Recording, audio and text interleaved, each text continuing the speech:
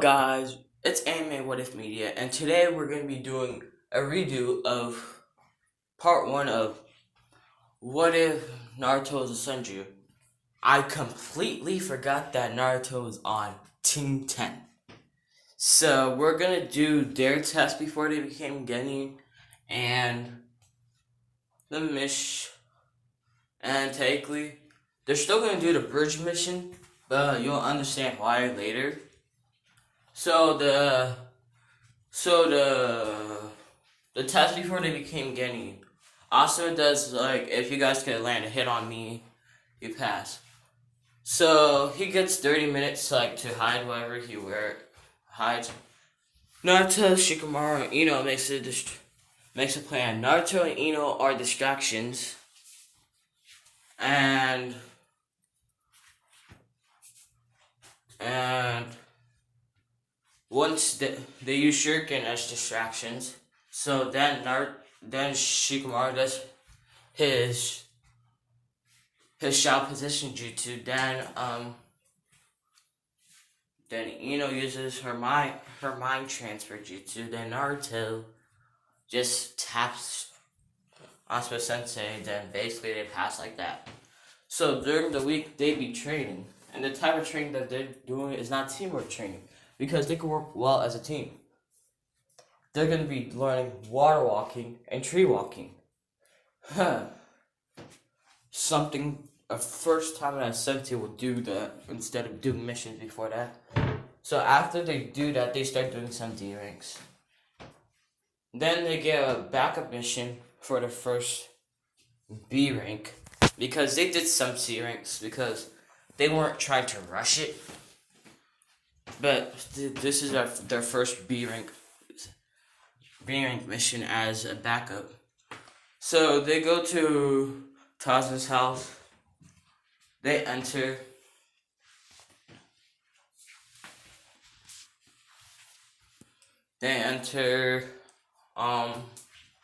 Naruto's still gonna be having the same position as Naruto from What If Naruto's on Team 10, so he's gonna be co-captain. So they enter. Naruto sees his friend Sasuke.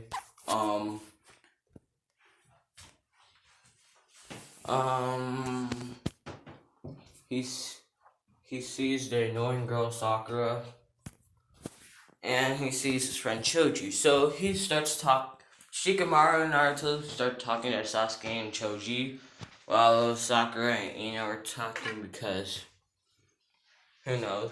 Then Tsunami comes downstairs and says that your sensei's awake. So basically all them team 7 and team 10 come inside Kakashi's room. Kakashi realizes statement and all that, so tells what he did in canon. So then Kakashi says, all you 6 are gonna learn tree walking, and Asa says, my 3 won't because they already know that, and water walking, so we're gonna just do personal training. So then Asuma says, since Naruto's way more better than, not better, but like way more skilled than you guys, and way more skilled than you two, he's gonna teach them how to do the tree walking. So the tree walking, he shows examples what not to do first. He says, if you put too much chakra and you step on a tree, the bark will explode. If you put too less chakra, you'll slip. But if you try to find like the comfort zone of that between those two, and that's how you like walk up. So basically, Sakura gets that first try because it was explained better. Naruto tells her to do 10 laps of this before you even think that you're done. Choji, he does it in his second try. he tells Choji to do 10 laps of that as well. Now Sasuke, since he's been trained with Naruto a little bit, he already knows tree walking. So yay. Sasuke doesn't have to do that. But now he needs to know water walking. So him and Naruto are training with the water walking part. And after Choji's and Sasuke's 10 laps, they go inside to eat lunch. Then they go back into training. So then they start learning water walking just like Sasuke. So Kakashi's trying to rest, like getting 100%. So he didn't waste chakra during that tree walking thing. So he's just resting up. So Naruto teaches them the basis of water walking, and that you need more chakra to do that. That's why he told those two to 10 laps, so they could explain their chakra reserves. And they understand why now. So when it comes to tree water walking, it takes the whole entire day just for Sakura to master it. Even though she has perfect chakra control, she barely has the reserves. So she learns that.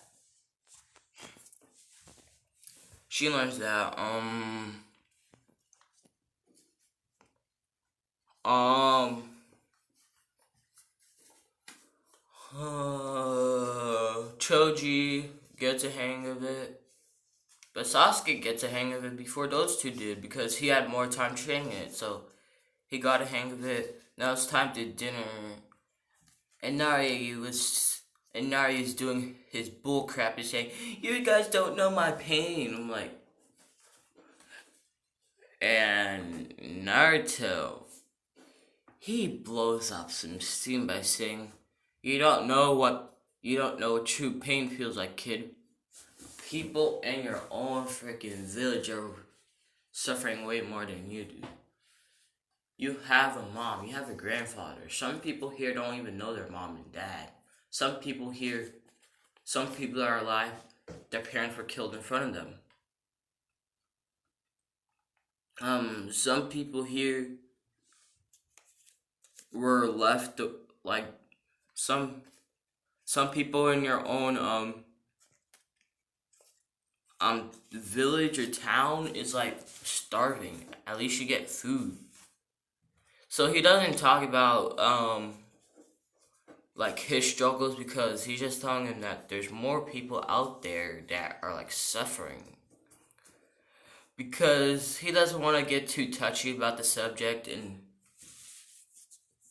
start going overboard. So he just makes it seem like, yeah, there's more people that are suffering out here. So the next thing that Inari says is like, yeah, only people from my village. I bet you ninjas live a too cozy life. Then that's when Naruto got pissed. He was like, huh, cozy life? How does it feel like to be ostracized from your own village? How does it feel like to lose your parents when you're just born? That you always remind yourself that the day that you were born was the day that your parents died, huh? Then he talks about Sasuke. How does it feel like if you seen your own older brother kill your whole entire family right in front of your face? So he's going off on Inari. Inari just starts crying and leaves, and Naruto blows up some steam because he's just too pissed to do anything. Then Sakura says, "Isn't that a bit too far?" And Sasuke, Asuma Sensei, Ino, Shikamaru, and Kakashi Sensei are like, "It's not too far." He's just showing them true facts because they know about Naruto's secret of the Kyuubi. Because Naruto and Sasuke, they're like best friends, they're tight. And Choji, he knows about him being ostracized, but he doesn't know the reason why yet. So So then, Shikamaru tells Choji about why Naruto's being ostracized and all that, and he understands. He kind of feels sad for him. So Naruto, he blows off some steam. He sleeps like in canon. Haku tries to get close to see, is this a new person? I thought there was only that Jonin Sensei and those 3 Genin students from Konoha. And then he's like, this is probably backup, so I should eliminate him before he comes. Before she was sending some, she was trying her best to conceal the bloodlust, but Naruto here, he has this sensing of a Uzumaki, the Mito kind, sensing negative hate emotion, bro. The kind that he was supposed to get when he unlocks KCM1, but nah. His Uzumaki genes and Senju genes together, bro, his senses are haywire. So, just being like 3 feet away from him, he already wakes up and be like, what were you trying to do? I know you ain't a normal civilian. I can sense that killing intent. And Haku's just trying to find openings to run. He tries to run so much that he tries to run, then Naruto does what entanglement jutsu. I just made that jutsu, like, it uses some twigs, some bark, some roots.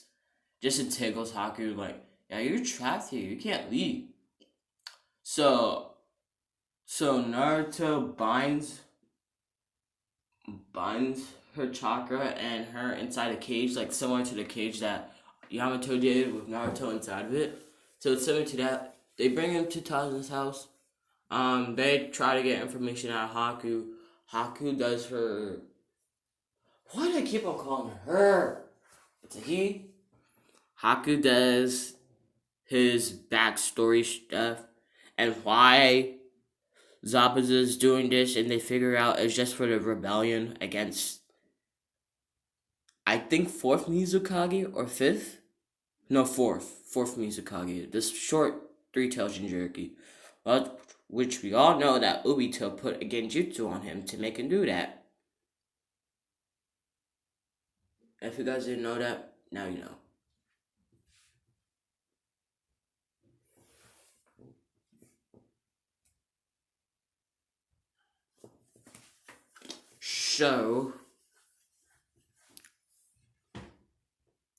So he talks about the rebellion, how they're going to go against the 4th Mizukage for what he's doing to a bloodline purge. So then they kind of feel sorry for him. They tell Zabuza that we got Haku, but we're not going to kill you. Kill him. We're going to kill Gato. You keep half of his money. The villagers keep half of that. You keep like half, not half, 25% of that money. The villagers keep half of that money. And we get 25 to boost our pay grade because Taz now only paid us for a C rank mission instead of a B rank or A rank mission.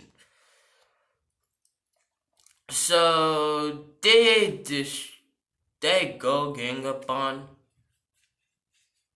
Gato. Naruto uses wood style jutsu to finish the bridge. Like, seriously, man. Just imagine Naruto. Because Naruto is part Senju when you think about it, even if Minato wasn't like the son of Tsunade. Because on Kushina's side, she's part Senju too. She's not full Uzumaki, so technically if they allowed Naruto to use wood style, for God's sake, he would have been able to. And when you think about it, and Naruto last, do you know how like he broke his arm? His arm is now made of Hashirama cells, so he has more Senju DNA inside of him now than ever. So wouldn't he be able to use wood style now? Especially with the Hashirama cells in his arm. I'm still confused that they don't let him use wood style in Boruto. So I started watching Boruto. It's trash, really. But then I went to the Jiraiya retrieval arc, the Jiraiya, no, the back in time arc. That's when I started liking it. Like, okay, you get to see our favorite Sannin ever, Jiraiya. No joke, he died as a true legend, dying with a smile on his face, like Itachi, like Minato and Kushina. Anyone who dies with a smile on their face are true legends, bro. And Naruto. So I was like, yeah, we finally get to see Naruto. We get to see Jiraiya again. Even though I wish that they could have went a little bit back like before the Chunin exams, so we could see a little bit of the third Hokage. I still miss him. Well, anyways, back to the story. So they finished the bridge with Naruto's with style, and so that big round 2 fight that doesn't even happen. So they go back to the village. They get their rewards. They put it on its record. Team 10 still do some C ranks, D ranks throughout the days, and do 1 B rank after that. So the record is now 2 B ranks, like 48 D ranks, like 20 C ranks. So that's the record right now. So now it comes to the Chunin exams, and I'm only gonna cover the first part. So they go get their slips to the Chunin exams. The Gara like introduction doesn't happen because Naruto, let's say that he's not there at the time in Konohamaru. He's with Naruto because Naruto's kind of like his big brother, so he just hangs about with Naruto, and they hang around with each other. So